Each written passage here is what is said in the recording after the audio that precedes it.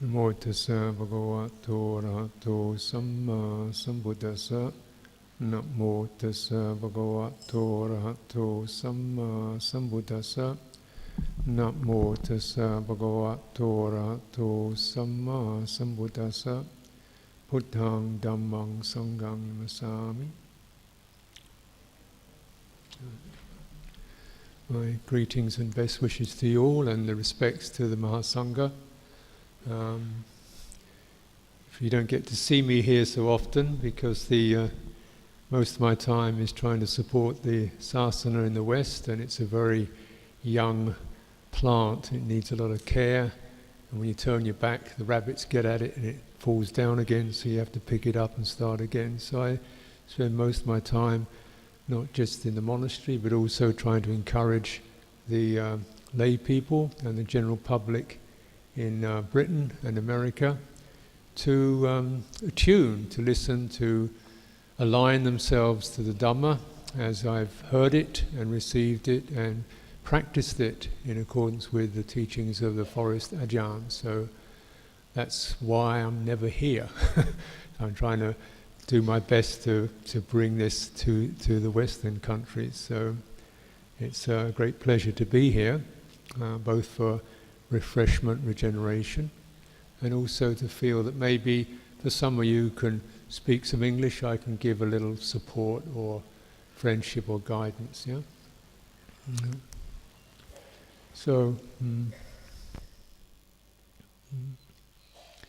Fundamentally, I was recollecting today that Luang Por Cha, one of the things he said, that this mind, there's fundamentally nothing wrong with this mind. And this is a very surprising statement because certainly in my experience there's been a lot wrong with this mind, stubborn, crazy, reckless, and so forth. So it's clear that he's seen something I hadn't seen. Yeah?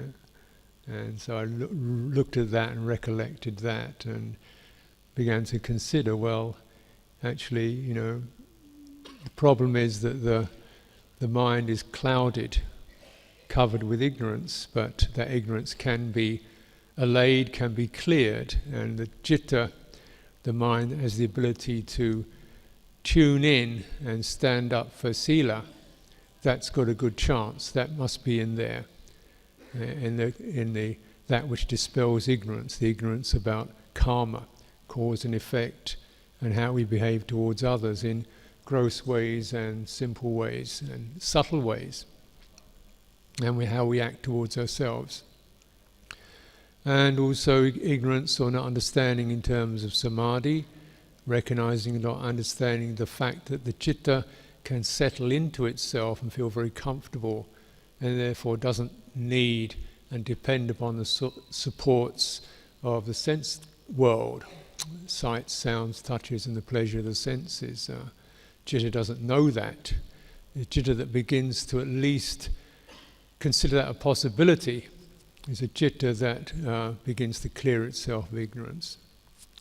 And panya, the citta that can understand use its discernment, its clarity to distinguish between what's skillful and unskillful, what's suffering and what's not suffering, what's release and what's bondage.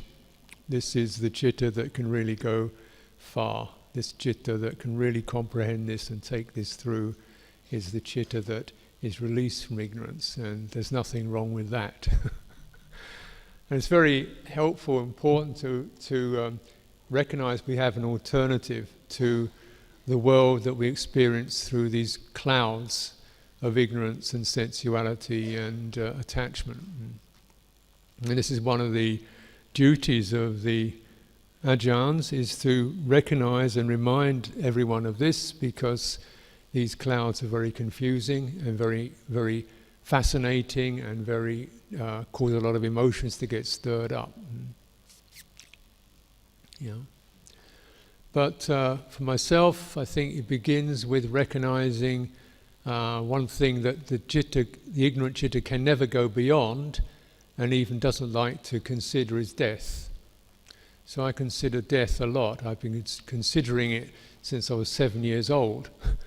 And when I was 7 years old, I had this recollection and begin to understand that we'd all die, and my parents would die, my friends would die, and my chitta could barely handle that experience, just even recollecting it, because I couldn't see any way around that. I couldn't see any way around the sense of sorrow and despair and helplessness that can occur with this fundamental experience. And the more I've witnessed that and seen that, both our vulnerability and our fragility in the face of this, and the way that for much of the time the average person doesn't think about it at all, doesn't consider it at all, or considers it something that will happen way off in the future to other people sometime, but maybe when I'm 105 or 120 or 90 or something, and it will happen when I'm asleep very peacefully.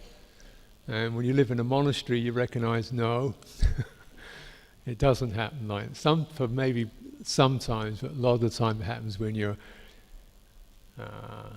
80, 70, 60, 50, 40, 30, 20.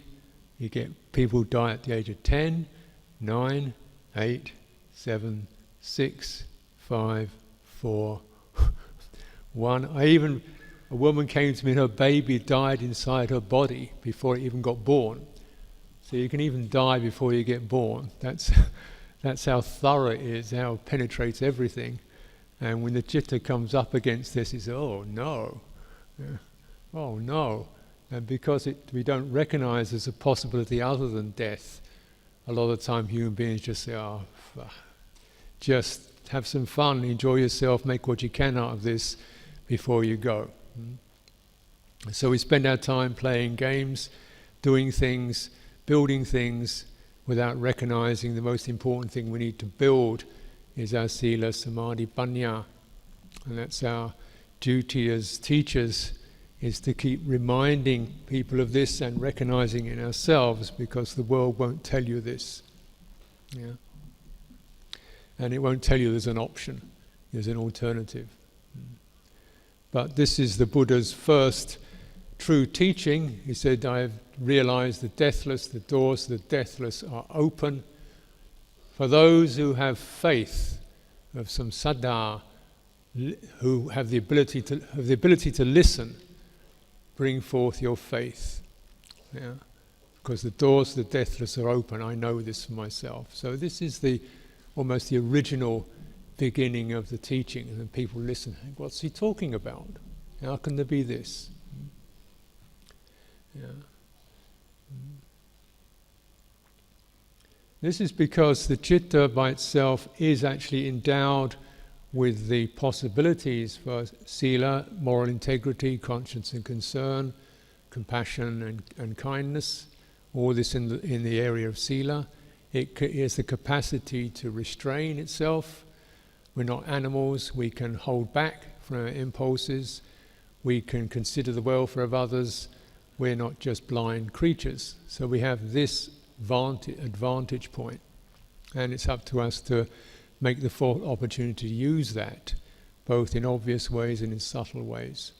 And you can almost say that in many respects, a lot of the path is just about refining sila down to areas of negligence, casualness, that we're very clear and conscientious all the time about our intentions, our attitudes, even the states of mind we have, whether these are really doing us any good, doing anybody else any good, creating good habits or bad habits, whether they lead to liberation or not. And really take that consciously, like every moment your mind is doing something, which way is it going? And this is where the karma begins, in the mind. Yeah. So a lot of our teaching is just about that sense of hiriyottapa as a guide to setting the citta straight, to recognize the citta recognizing its true capacities. And so then we begin to see there's a sense of clarity and strength that occurs, which isn't dependent upon what other people say, or our state of the body, or our state of health, or our wealth. And you realize this must be in line with this teaching that goes beyond the world, because sila goes beyond the worldly conditions in this respect. Yeah. Samadhi, the collectedness of the mind, the ability, most people imagine the mind is just everything that it scatters around onto, sights and sounds and touches, and deriving pleasure from that. Yeah? And teachings of samadhi are giving us a sense there's something else we can feed on that makes us feel good. So why don't we do this? Yeah. And realizing, because we often need the third aspect, which is panya, discernment, how to do it, what we need to do that. And this quality, this function, this facility we have of panya, again sets us apart from other creatures and is our true great advantage. And again, most people, everybody has panya, the ability to discern, to notice differences, to distinguish black from white, up from down, tall from short. This is all panya. But again, many people don't use it for its finest purposes. They just use it to calculate, to do business deals, to make these kinds of things. They don't really use it for its highest purpose. So again, it's the duty of the teachers to remind us, not that we don't have any panya, not that we don't have any sila, not that we don't have any collectedness, but to cultivate it and use it for the ultimate end, the ultimate aim. So although you can begin the path anywhere, really, it actually begins with using panya, wisdom, discernment around right view, and a recognizing there is another world, there is another realm beyond this, and holding that at least as an act of faith. So panya in this respect supports our faith. We have to adopt, first of all, the panya, the wisdom, the discernment of the Buddha and the teachers to give us some support. So this is the first kind of panya, discernment that we adopt. We have to take it from somewhere else and listen to it and hear it and pick it up. It first of all starts as a quality of faith. There's something we can do. We're not actually trapped. And you wake up, begin to recognize that citta can be useful. And really it's this understanding, because it's like generally people use their citta, their hearts, in the wrong way. They're trying to pump pleasure out of the sense world. It's like trying to pump water out of a little puddle. There's a little bit in it, but you pump and pump and pump, and a little bit comes up. We think that's all we can have. Or we try to establish security in something that's always changing and wavering. And we get a little bit of secure, a little bit solid, like shifting and rolling, like the sea. We try to establish that. We hold on. But that kind of security only occurs through holding on tightly and controlling things. And that makes us feel greedy and selfish and closes us into fear. The other way we try to use our citta is to establish ourselves as something lasting. And this is like trying to make a cloud lasting. Clouds last for a little while, but they're constantly shifting and changing. And this is the nature of what we call our self. It's like a cloud in the sky. Because it's so fascinating, we don't really notice the sky. We get lost in the cloud, and it's shifting and changing. We try to make something out of it. Who's got the biggest cloud, the best cloud, the brightest cloud, the prettiest cloud, the smartest cloud, and so forth. This is the kind of activities of the unawakened citta. And it's like it's using its power for the wrong ends, something it can never succeed in. But when we come to recollecting death, then you realize, this is where all that falls down. All that pumping, all that holding, all that controlling, all that weaving, all falls down with that. It doesn't go beyond that. And so this is something we need to recollect at least every day, at least once a day, ideally several times a day. Yeah.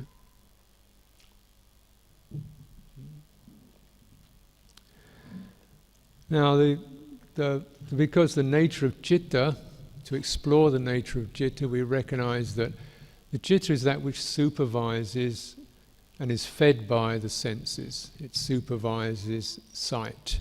It discerns the difference between black and white, between colours and shapes. It's got this, it's attuned to the visual world. It's that, like that. It supervises the visual world. It supervises the world of smell, taste, touch, hearing, and so forth.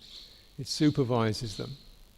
And it attempts to make something out of them. And so in a way, the citta has this sense of being able to understand or make sense of the eyes, the ears, the nose, the tongue, touch, taste, all of it. Yeah? And even it has some sense of being able to receive those impressions. So when we use the citta, we need to use it rather in the same way. You use the citta like the eyes. It means you sort of try to see things clearly and get things in perspective. Yeah. And seeing things with the sense of the eyes don't actually feel anything. They just see things, they see near, far, near, far. They see distance. Yeah. So the citta also experiences a sense of distance.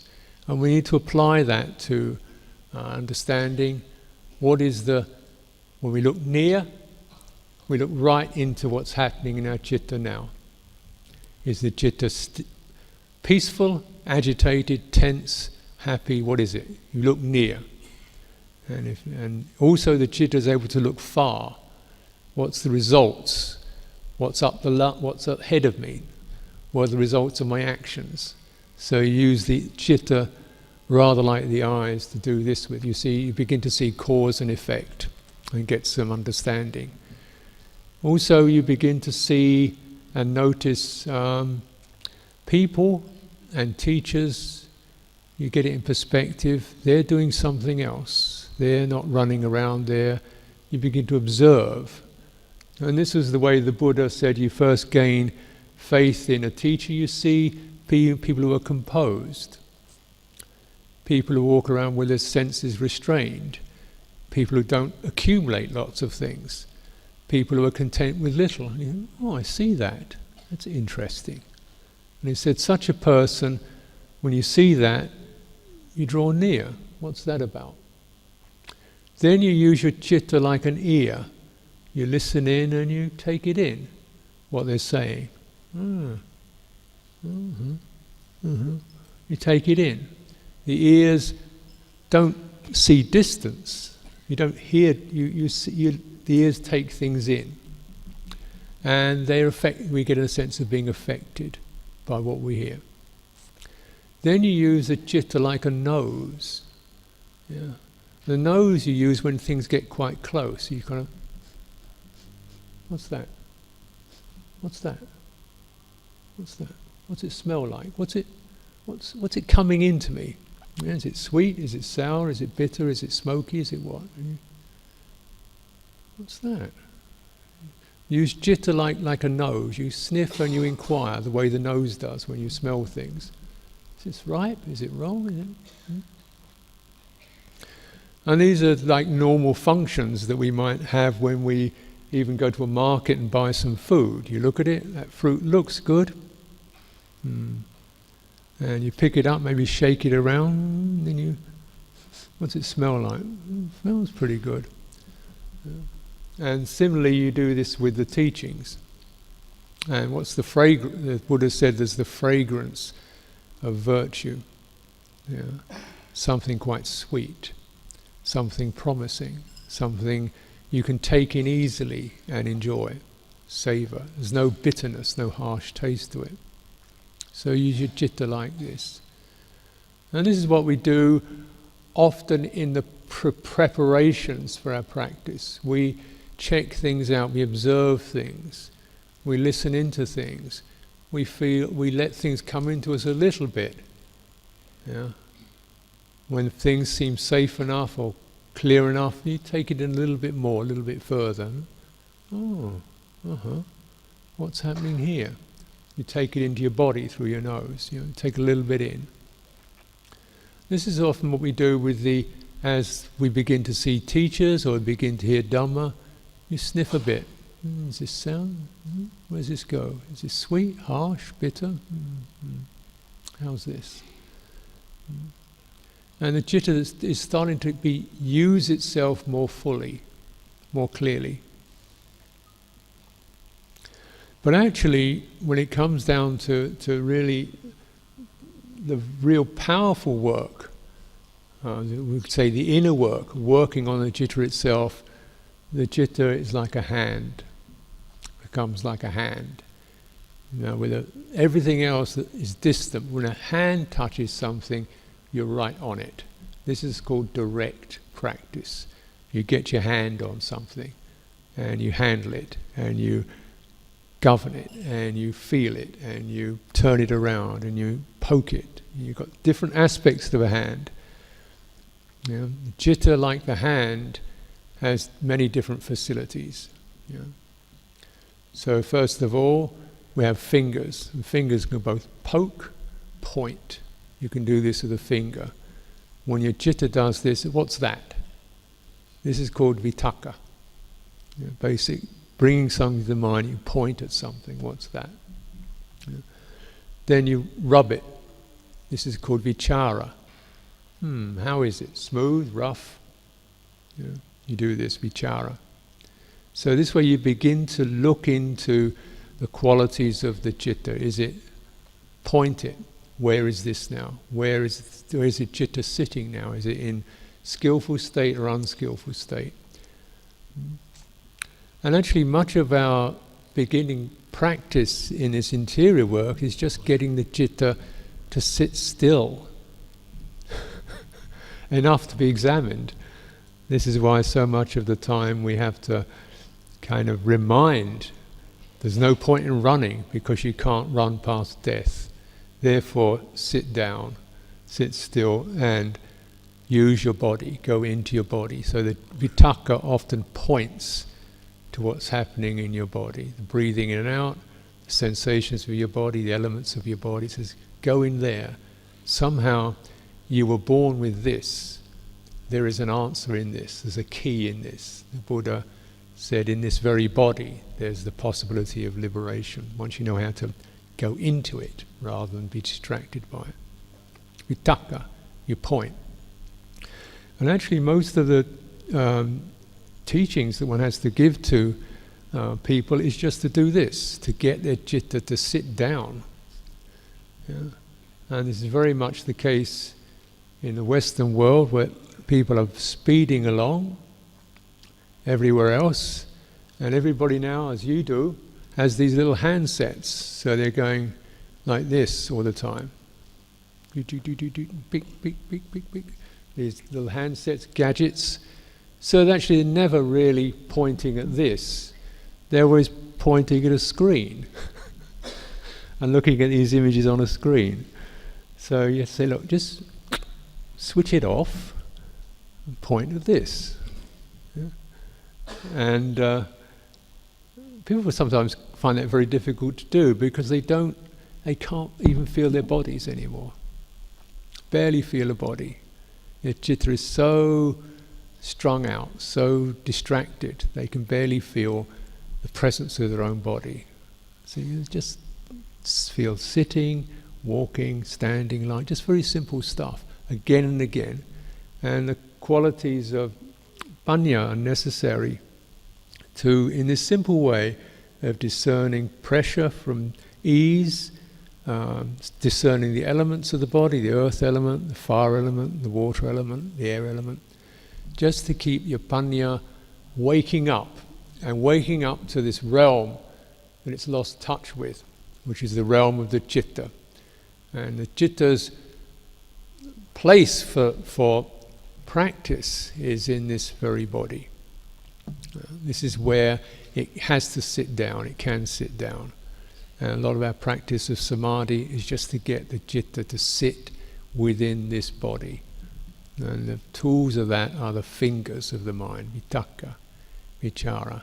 How is this? Where is this? Where is this? How is this? Where is this? How does it feel? How does it feel? And because, of course, for particularly Western minds, maybe people as they do a lot of learning, mostly the citta is occupied with thought. Thought is considered to be the great place for wisdom. Philosophy, physics, science, this is the place for wisdom. And yeah, there is some elements of wisdom in that, but it's even where the word wisdom, people don't understand what it means. They think wisdom is the ability to move ideas around. And yeah, that's true, but you can't move an idea around death. It doesn't shift it. Yeah. This is why it's so really helpful to keep coming back to that. Till we begin to see you've got to move the citta in another way. This is not liberating wisdom. This is just the wisdom of shifting, like shifting the furniture around on a sinking ship. You can do some interesting things on that ship as it goes down. You can move the furniture around, you can polish the brass and so forth, but the ship's still going down.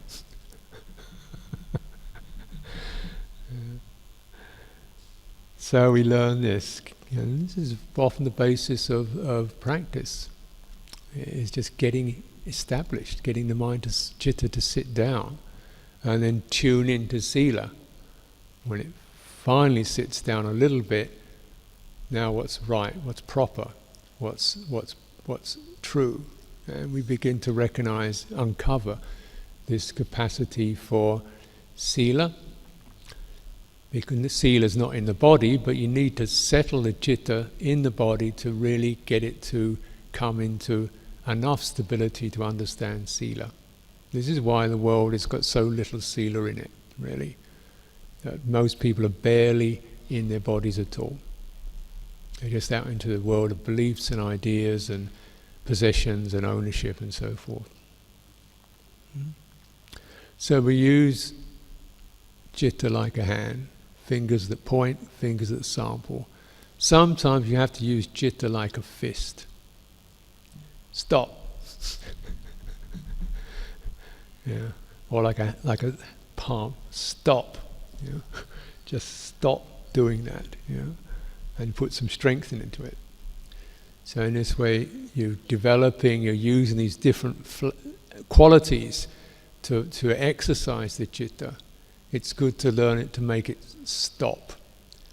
And sila is a great place to learn that, where you just develop the sense of restraint, not following kilesas. Just don't play with it, don't fiddle with it, don't worry about it, just stop it. Cut it off, And you have to use the citta like a hand to do that, like a fist, or like a firm palm that holds things down. But when some of this begins to become more steady, then we use the qualities of citta, the panya of the citta, the wisdom of the citta, and the growing flexibility and agility of the citta to deal with these nivarana, the hindrances and the fetters and the kilesas that cover the citta. So it's starting to wake up and it realizes just how sick it gets. And as you recognize when people begin to meditate, the first thing they do is you fall asleep. Because it's like they're not getting supported by thoughts and sensations. So the citta is so weak, it just collapses. Yeah. The body goes down with it. Yeah. So then you have to use panya to find a stable place. So you develop sitting position, holding the body up. Even if your mind feels cloudy, you hold the body up, or you walk up and down, you keep your eyes open. This way you're recognizing what is necessary. You're starting to develop the panya, the wisdom of skillful means. The first thing we deal with is sleepiness.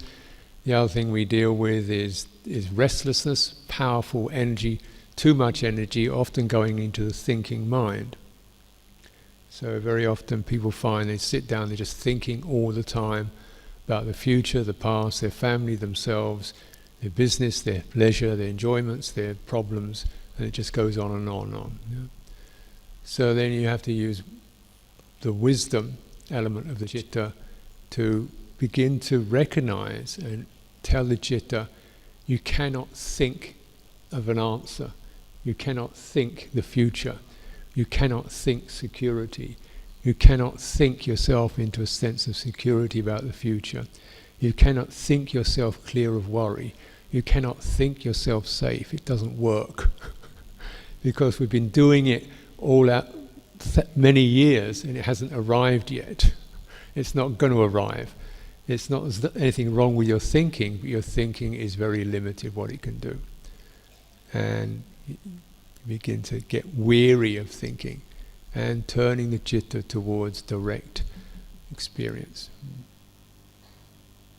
And this is like beginning to sense, other than these more active aspects, we also have in our hand, we have a palm.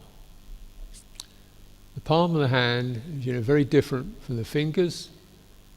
Palm you don't poke, but you receive. You receive, you open. The palm is very sensitive. Yeah. So we're starting to recognize that this is quality of sensitivity in the citta. The ability to receive and feel the quality of benefit that occurs whenever we're able to bring strength or clarity or confidence into the mind. It feels better, it feels healthier, it feels happier. And this is another aspect of panya, to know the results, the good results, and there are good results of clearing the hindrances even for a minute. Even one hindrance, clearing one hindrance for a minute has got some benefit to it. And when you begin to clear the agitation and the dullness, then you begin to have enough sensitivity to recognize and begin to understand the power of sense desire and ill will. Yeah? With sense desire is so powerful because sense desire, the citta is accustomed to feeding off the senses. But when there's enough sensitivity, you begin to recognize being pulled is unpleasant. That is, when I see something that attracts the eye, it literally grabs the eye. You feel pulled by it. You hear something, music, and your ear is pulled by it. You taste something, your tongue is pulled by it. Yeah? You remember something fascinating or wonderful or something you desire, and your mind is pulled by it. Yeah? And it's like being pulled. And when you have enough sensitivity, you recognize even if something seems attractive, beautiful, exactly what you want,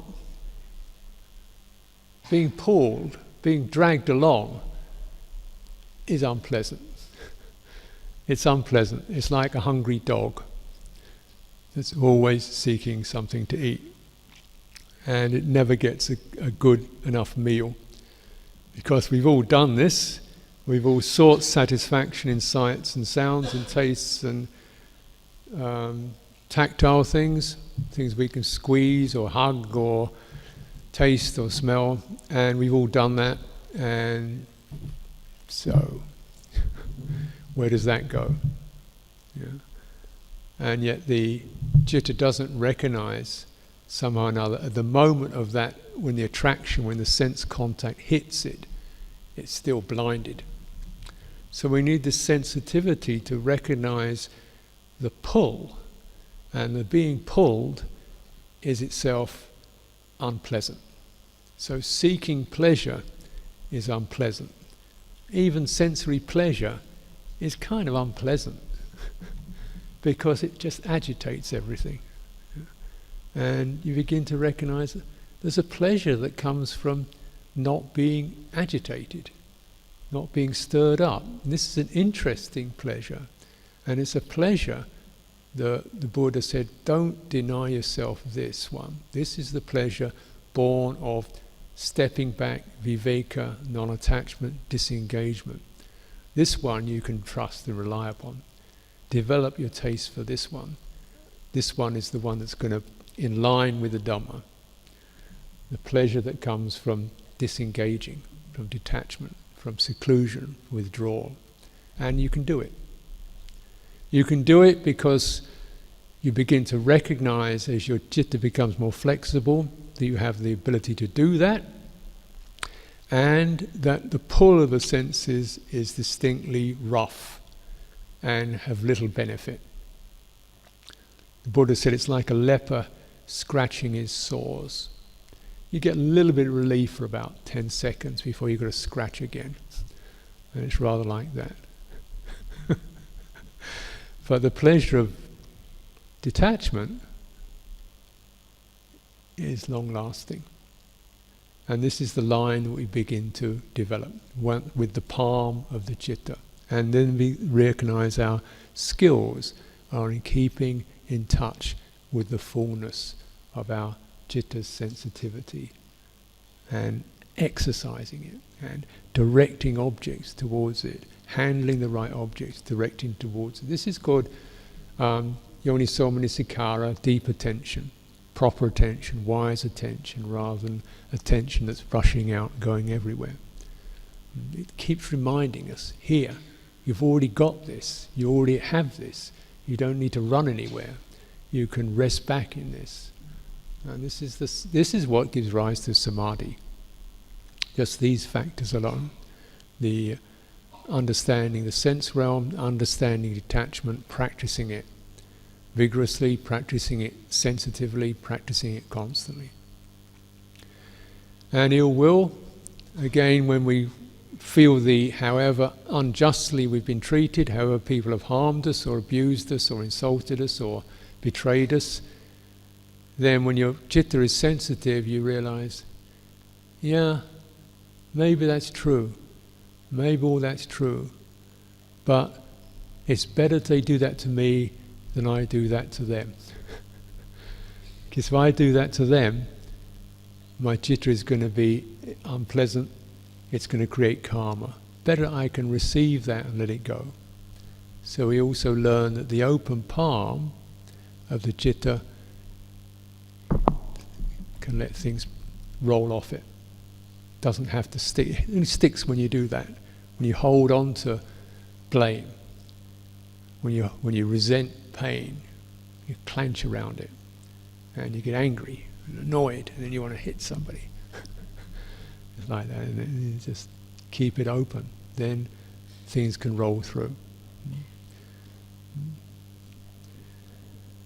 So with this we begin to realize a sense of freedom from doubt, because we begin to understand the truth of the Dhamma and where the right things are, and we get a clear direction in life. Someone who cultivates this way cannot regret it. And if it's truly assured, this is the person who has realized stream entry. They don't have a doubt. And their way is assured. They have confidence in that. This is all developing the panya to understand things as they are, and how you cultivate, how you develop resources, how you develop strengths, how you develop the citta to clear itself of its foolish habits and ignorance. And this may sound like enough, and for many people this actually is the main theme of their practice. Main theme of practice is just working with this and beginning to experience greater periods where the citta feels quite comfortable and settled and calm and easy, and enjoy that. And that is all necessary. But there's one other thing the citta knows. It's forgotten. Another thing the hand can do that its citta it can do, it forgets easily.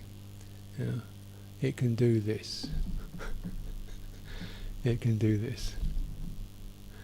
Yeah. It can let go, they say. It can realize not only do you have these fingers, sensitivity to skin, you also have a particular set of muscles in the hand that can do that, can drop things, let go of things.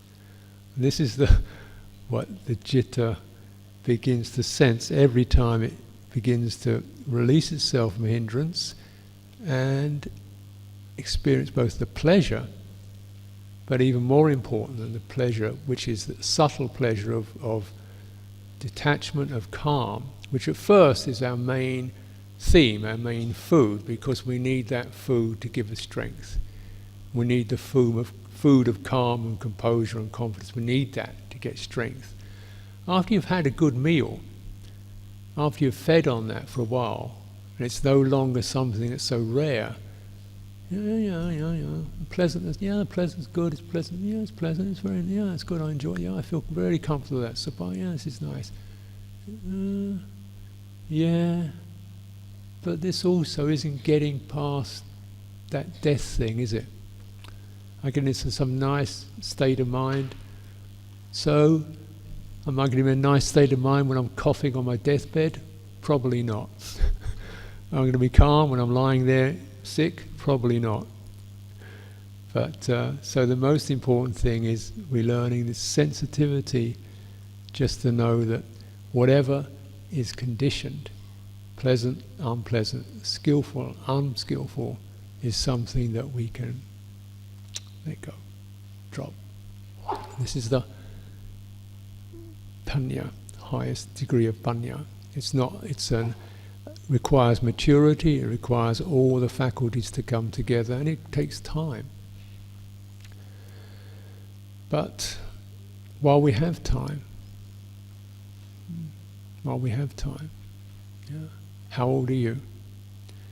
Recognize in a way it doesn't really matter, because any one of you could die tomorrow. It doesn't matter how young or old you are, you could die tomorrow. So while there's time of the preciousness of the occasion. Why is everybody gathered here? Why is everybody assembled? Why do we have such a thing? To remind us, now is the time. Now is the time. There's only this now. Please make every opportunity to put all other concerns to one side and practice for your own welfare. If you have that, then you truly fulfill what it is to be a human being, and you fulfill what it is to follow the teachings of the Buddha and be worthy of the teachings that these Ajahns have given you. So offer this for your reflection tonight. Thank you very much.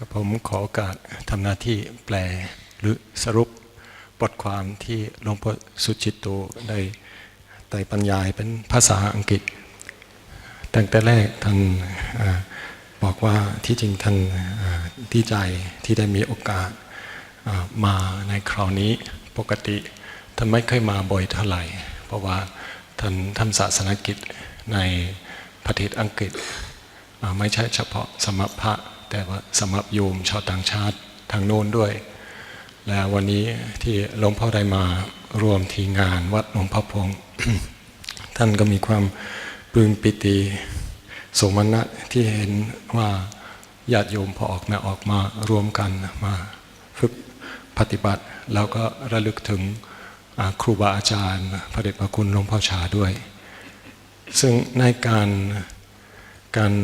อบรมสอนหลวงพ่อสุจิตโตท่านสรุปว่าหน้าที่ของครูทั้งหลายคือการชี้แจงถึงลักษณะของจิตของเราคือจิตใจของเราจิตตะท่านใช้คำว่าจิตตะเราก็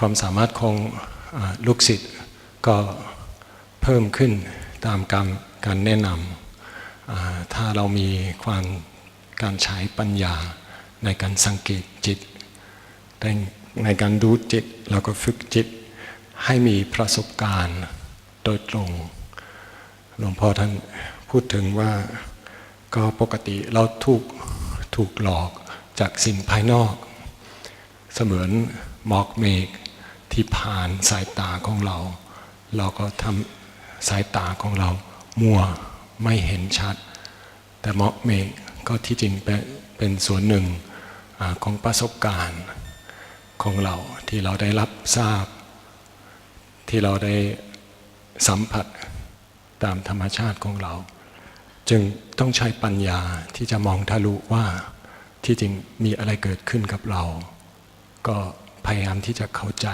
จิตของตัวเองกำลังสัมผัสอะไรไม่ถูกหลอกไม่ถูกครอบงำโดยหมอกเมฆที่ทำให้ความเข้าใจมัวเมาแล้วก็หลวงพ่อสุจิตตัวเองบอกว่าแต่ก่อนก็ต่างแต่ไหนแต่ไหนก็มีการต่อสู้กับจิตที่ถูกหลอกกับจิตที่กำลังสัมผัสความจริงแล้วส่วนหนึ่งที่ทำให้ท่านได้เกิดความสำนึกตัวคือย้อนกลับถึงสมัยที่ยังเป็นเด็กเพราะว่ามีประสบการณ์เรื่องความตายก็สิ่งที่ทำให้ท่านได้ตื่นตัวว่าคือความตายนี้เองที่ทำให้เราเกิดความสำนึกถึงว่าที่จริงความนึกคิดปรุงแต่งอะไรต่างๆที่มักจะเกิดในจิตใจของเราที่จริงเป็นสภาวะหลงทางในที่สุดทุกอย่างก็ต้องสุดลงในความตายความสิ้นไปคือตั้งแต่เป็นเด็กน้อยก็ท่านได้มีความรู้สึกว่าได้รับการเตือนสติโดยมรณะการความตายพอดีก็พวกเราที่อยู่80 70 60 50 40 30ปีหรือ7ปี6ปี5ปี4ปี3ปี2ปี1ปีก็พร้อมที่จะมีความตายเหมือนกันทุกคนก็ท่านก็พูดว่าแม้แต่เด็กในท้องบางครั้งตายก่อนที่ได้เกิดซึ่งทำให้เราเกิดความสลดใจแล้วก็ตัวนี้เป็นการเตือนจิตให้ตื่นตัวให้เกิดความต้องการที่จะรู้จริงต้องการที่จะมองทะลุสิ่งที่หลอกลวงเราท่านจึงพูดว่าหน้าที่ของครูทั้งหลายที่จะให้พวกเราได้ตื่นตัวเรื่องนี้เสมือนที่ในปฐมเทศนาพระพุทธองค์ท่านตักเตือนว่าโอ้ที่จริงประตูแห่งอมตะธรรมเปิดแล้วผู้ที่มีจิตศรัทธาที่มีหูพอฟังคำสอนได้ท่านก็ถึงพูดถึงว่าความสามารถของเราที่จะรู้ได้ที่จะเข้าถึงความจริงได้โดยจิตของเราเองก็เป็นการฝึกตัวแล้วครูอาจารย์ก็สอนให้ประพฤติศีลสมาธิปัญญาแม้แต่การระดับศีลมันยากอยู่แล้วเพราะว่าเราก็ต้องฝืนกระแสโลกอยู่แล้วเรื่องการเป็นสมาธิทำจิตให้นิ่งพอที่จะดูสถานการณ์ต่างๆออกได้ก็ยากเหมือนกันแต่ในที่สุดที่เราสัมผัสความสามารถของจิตของเราที่เป็นความสามารถพิเศษอย่างยิ่งคือมันเกิดโดยปัญญาโดยความสามารถที่จะตรีตรองพิจารณาที่จะแยกแยะออกได้ว่าอันไหนดีอันไหนไม่ดีอันไหนเป็นบุญอันไหนเป็นบาปอันไหนเป็นกุศลอันไหนเป็นอกุศลเราแยกแยะกันได้แม้แต่ทางโลกเราใช้ความสามารถทางปัญญาความฉลาดของเราเพื่อจะได้กำหนดทิศทางของชีวิตของเรายิ่งกว่านั้นใช่ถ้าเราดูสภาพของจิตจริงๆเราถามตัวเองว่านี่เป็นประโยชน์ไหมใช้ปัญญาในการไม่หลงทางโลกแต่ว่าดูถึงว่าตัวเองมีความสัมผัสอะไรบ้างสัมผัสจริงขนาดไหนฝึกจิตให้ดูความจริงแล้วก็โดยตรงไม่ถูกหลอกจากสิ่งต่างๆเช่นอายตนะก็ท่านยกตัวอย่างครับที่จริงท่านยกตัวอย่างหลายข้อสรุปท่านยกตัวอย่างว่าแม้แต่เราถูกหลอกโดยตาหรือหู หรือการสัมผัสรสกลิ่นต่างๆที่จริงถ้าเราน้อมเข้ามาถึงจิตใจของเราพิจารณาว่ามีลักษณะยังไงเราสามารถมองทะลุได้ไม่ถูกหลอกจากสีแสงต่างๆเพราะจิตของเราที่จริงก็ไม่ตรงเป็นเยื่อของสิ่งเหล่านั้นที่จริงเราสามารถสัมผัสได้เหมือนแม่ออกไปตามตลาดก็เห็นพวกผักผลไม้สดๆจากห่างๆก็สามารถรู้ได้เลยว่าพวกนี้จะมีรสชาติยังไงก็สัมผัสทางสีกลิ่นได้แล้วสรุปในจิตว่าจะเป็นประโยชน์ยังไงท่านบอกว่าเราก็มีความสามารถที่จะแยกแยะออกได้กับสิ่งที่เป็นข้อมูลที่มาทางอายตนะเราก็เข้ามาให้มันน้อมเข้ามาใส่ใจคือว่าโอปนัยโกน้อมเข้ามาใส่ตัวคือเราพยายามที่จะฝึกให้มองถึงภายในสิ่งที่เราสัมผัส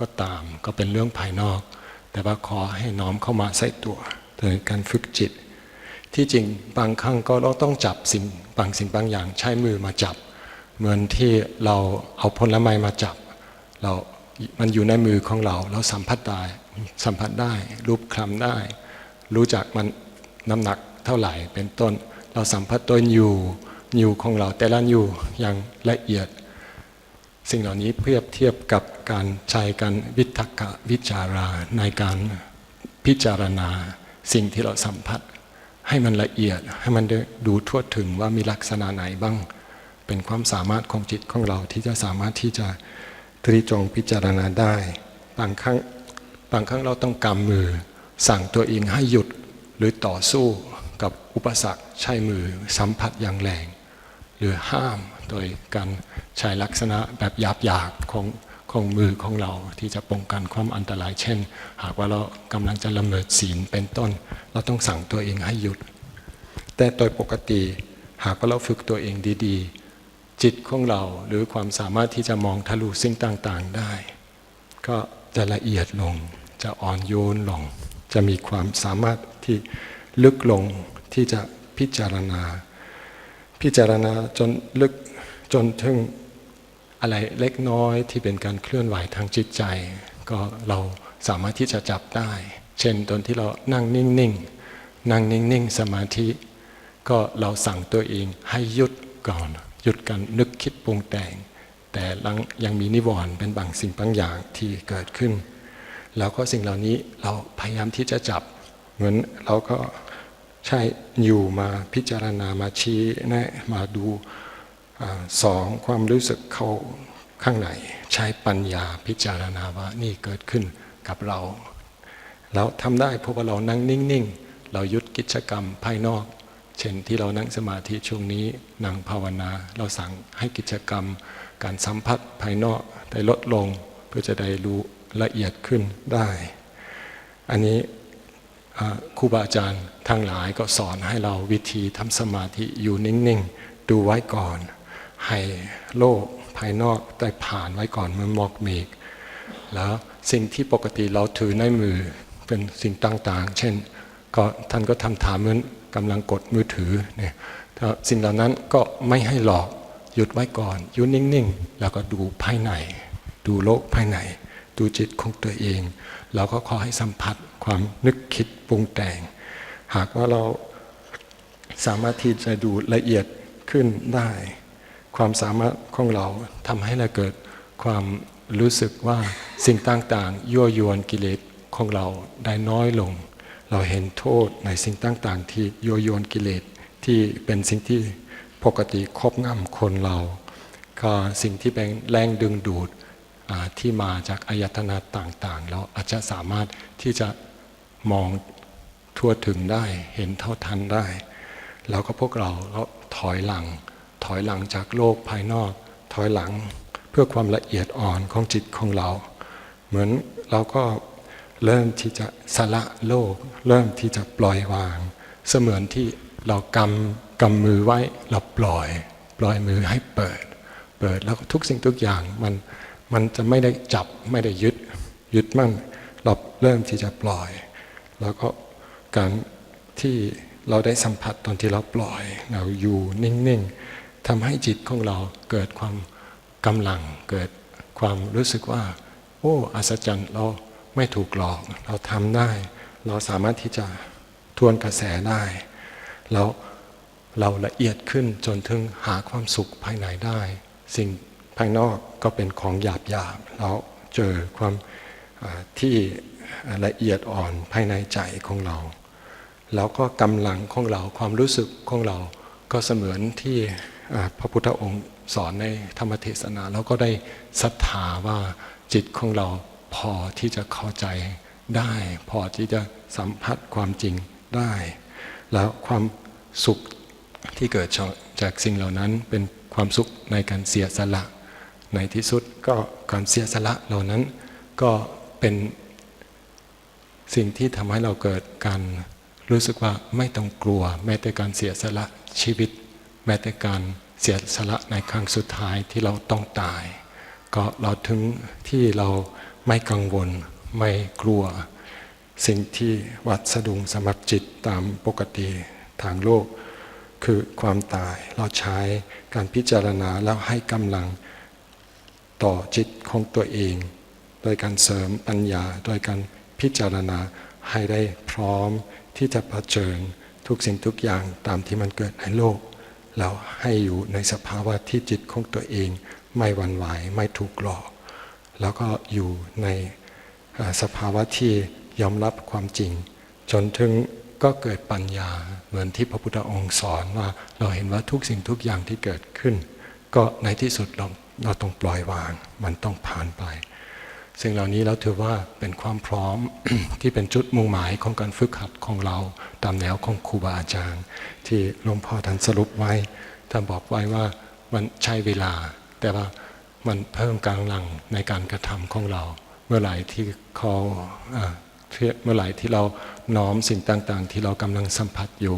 เข้ามาใส่ตัวของเราแล้วพิจารณาความจริงอย่างละเอียดก็ยุดการกระทำที่ถูกหลอกทางโลกแล้วก็สัมผัสสิ่งต่างๆที่น่าจะปล่อยวางก็เราจะค่อยๆเสริมความพร้อมที่จะเผชิญทุกสิ่งทุกอย่างที่มักจะเกิดในชีวิตของเราในถึงที่สุดที่เป็นความตายของแต่ละคนซึ่งช่วงนี้เราอยู่ที่นี่แล้วก็ปฏิบัติเวลามันเหลือน้อยมันผ่านไปแต่ละคนอายุไม่มากก็น้อยแต่ว่าเวลามันผ่านไปก็ให้ดูละเอียดแล้วก็ใช้จิตให้มีกำลังในการพิจารณาตรีตรองให้เข้าใจถึงความจริงของชีวิตของแต่ละคนขอสรุปดังนี้ที่หลวงพ่อสุจิตโตก็บรรยายมา